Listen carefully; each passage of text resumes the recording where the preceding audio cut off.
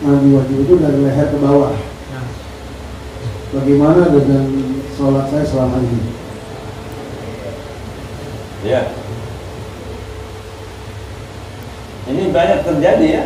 Jangan makanya kenapa kita baca fikih ya, diulang-ulang fikih ini kenapa? Ya karena tadi seperti hal-hal yang seperti ini terjadi. Dia tidak mengerti. Ada orang nggak punya anak, ya, udah punya anak 4, nggak tahu kalau ada kewajiban mandi janabah. Ada juga. Anaknya sudah 4, dia nggak mengerti. Sholatnya apanya bagaimana? Tapi setelah melahirkan, dia lepas. Apakah itu masuk dalam jahil yang ma'dzur? Ya, enggak. Dia hidup di tengah-tengah ulama. Dia bukan jahil yang ma'dzur. Ya. Jahil bukan yang ma'dzur, dia diwajibkan oleh dia ya, untuk mengerti. Sekarang yang mandi tadi seperti di pertanyaan tadi, bagaimana? Hilang suara ya?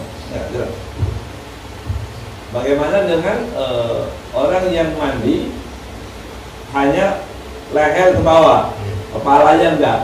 Itu bukan mandi wajib, ya? Belum. Karena syaratnya takmimul badan bilma, meratakan, enggak rata, dianggap badan aja mungkin gitu ya, mungkin badan itu enggak dianggap kepala.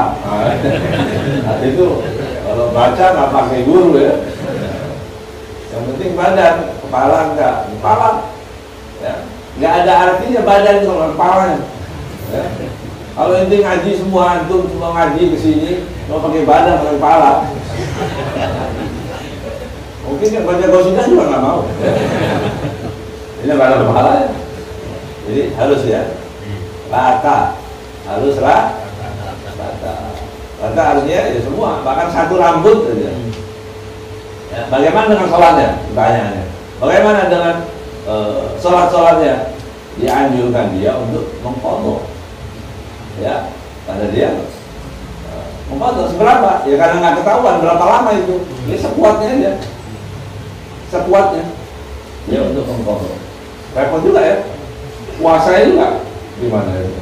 Ya. Ya. Mudah-mudahan Allah ampuni. Amin. Ya. Dan hal-hal seperti ini makanya jangan malu ya untuk mengaji.